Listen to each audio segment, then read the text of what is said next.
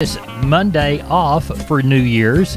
I appreciate you listening to us on one of our 14 affiliate stations. Please enjoy this edition of Texas Farm Bureau Roundup.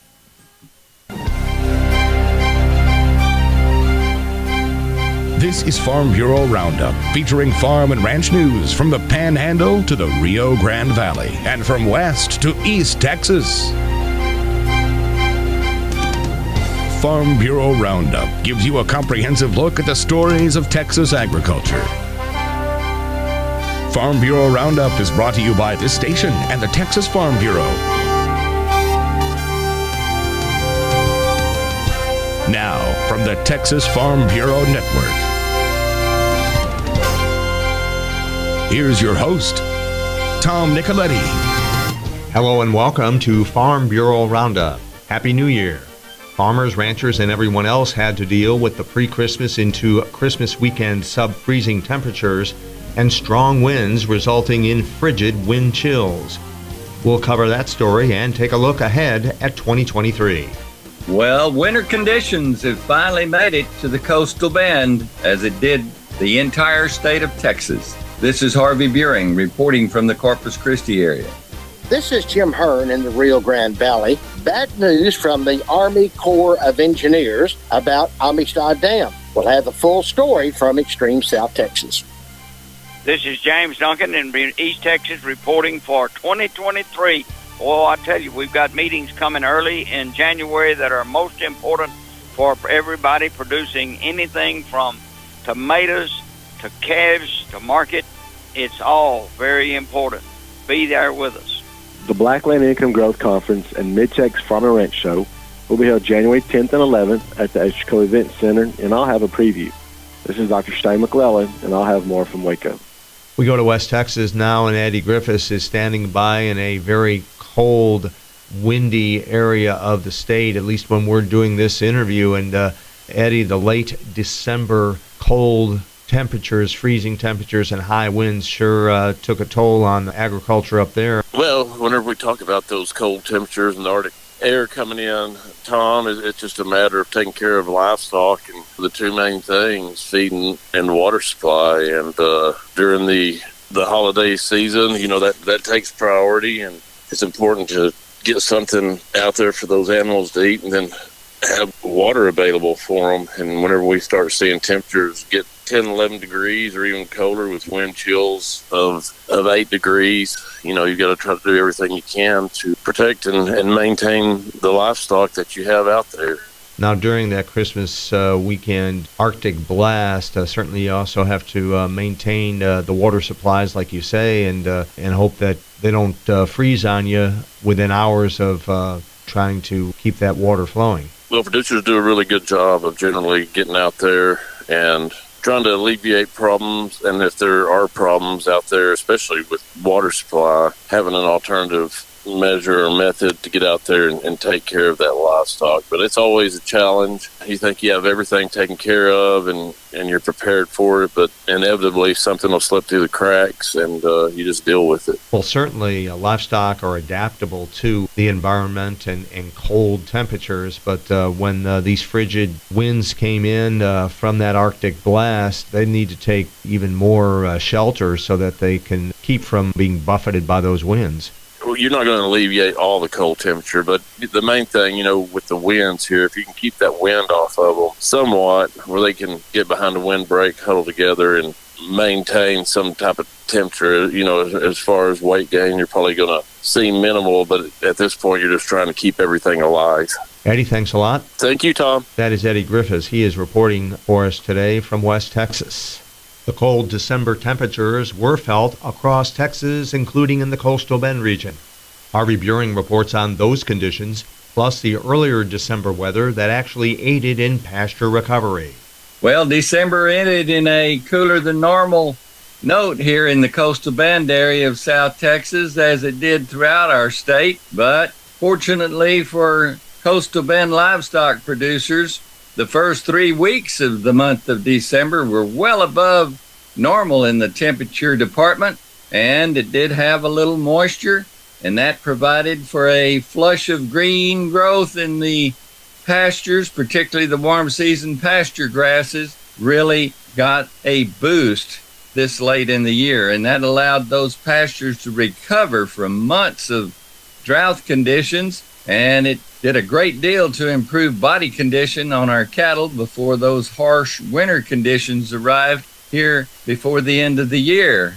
Now that we've had our first killing temperatures, our pastures are going to be turning from green to brown, and fortunately our standing forage is going to be above quality, and that should reduce the amount of supplemental feeding that most of our producers have to do, at least for a few weeks. As we approach 2023, that means that Junior Livestock Show time taking place here in the Coastal Bend area, kicking off with the 88th annual Nueces County Junior Livestock Show. That'll take place beginning with the horse show on the first weekend of the month and continue on through the 21st of January, when the Blue Ribbon auction sale is conducted for those young people that have exhibited meat animals and have earned a blue ribbon in the show. So a lot of activities taking place here in January as we wind down our 2022 year here and bring it to a close on a cold note. Reporting from the Coastal Bend area for Farm Bureau Roundup, this has been Harvey Buring. Along the Rio Grande River sits Amistad Reservoir, a major source of water downriver to residents, including farmers and ranchers on the Texas-Mexico border. But as Jim Hearn reports, the structural integrity of Amistad Dam is in question and repairs are necessary. The Army Corps of Engineers has put out a report that is questioning the structural integrity of Amistad Dam. Simply stated, the dam has been downgraded and is now considered at a high risk of failure. A high risk of failure means that the dam north of Del Rio is a risk to public safety and repairs are in urgent need.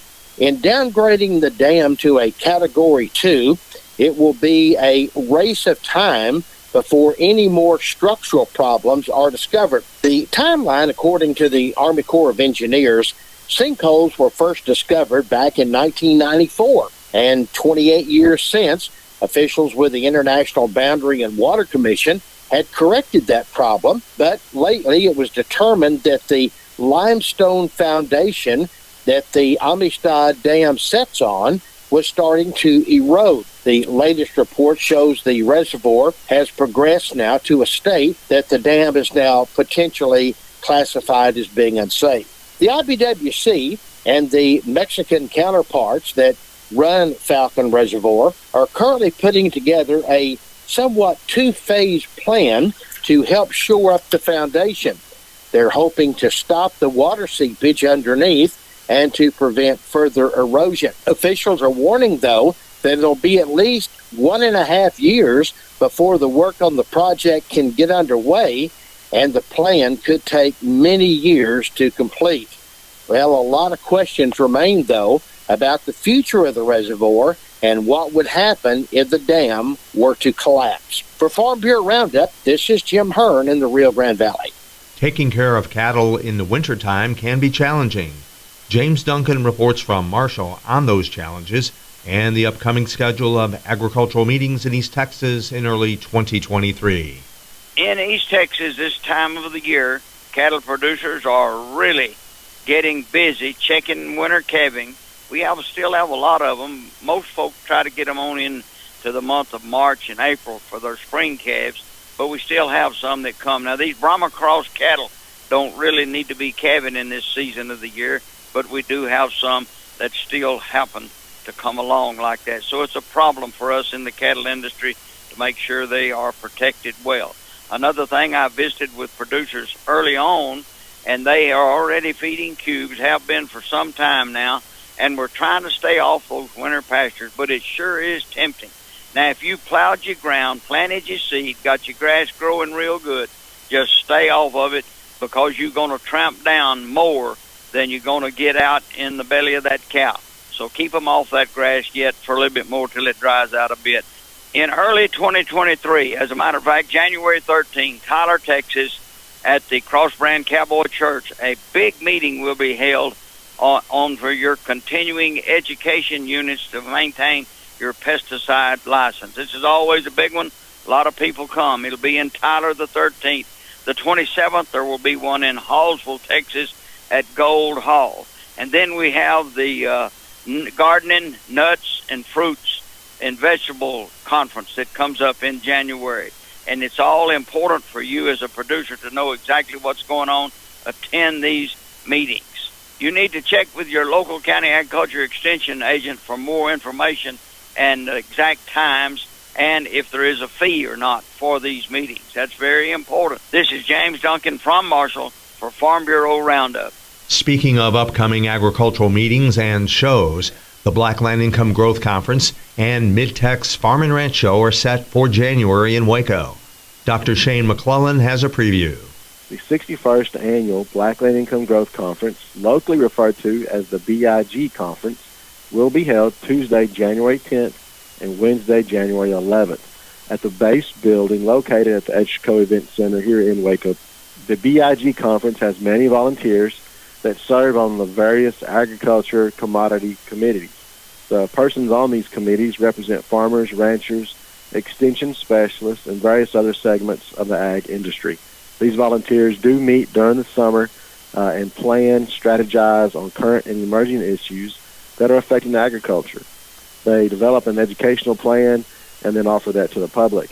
The 2023 BIG Conference will begin with ag commodity educational sessions on January 10th starting at 8:30 a.m.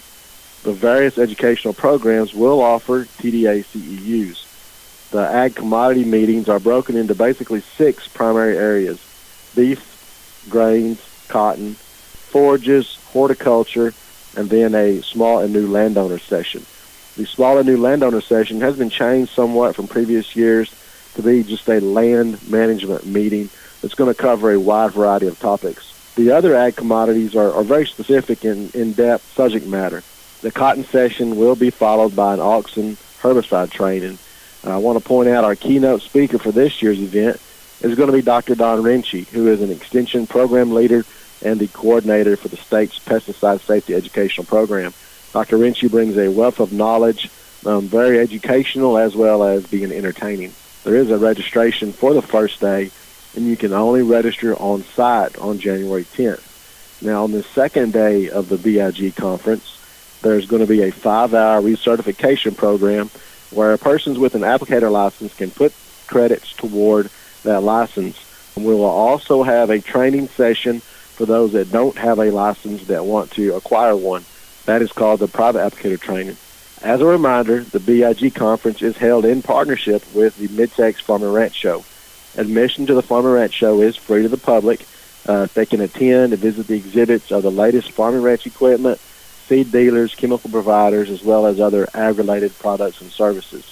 The phone number for more information is the McLennan County Extension Office, 254-757-5180. Repeating, 254-757-5180. Until next time, this has been Dr. Shane McClellan from Waco with the Texas Farm Bureau Roundup. That is our program for this week. Thank you very much for joining us. Have a safe and happy New Year 2023. For everyone at Farm Bureau Roundup, I'm Tom Nicoletti, and this is the Texas Farm Bureau Radio Network. Neighbor, it's time to take a long look at the grains, courtesy of John Tuggle, Tuggle & Company, Corpus, 361-852-5207. Milo through Corpus in December, March plus 90, $13.74. We'll call Progresso, March plus $1, $13.92. Yellow corn to Corpus Christi in December, March plus $2, $8.79 and a half. Progresso, March plus $2.20, $9.99 and a half. Hard red winter wheat to Houston in December, March plus $1.30, $9.96 and a half. And number one beans to Houston, December. Delivery January less 25, $14.83 and 3/4. Texas cotton looks like we moved 2,164 bale of East Texas, 3,442 bale of West. Prices averaged from $79.89 to $82.08. That made the 5,506 total bales in Texas, worth about $80.95 if it was a 50-50 sale on average. Neighbor, we're not your average farm show, and you're not the average listener. We're both the best darn farm show and listeners in Texas. I'm Larry Marble. Good day.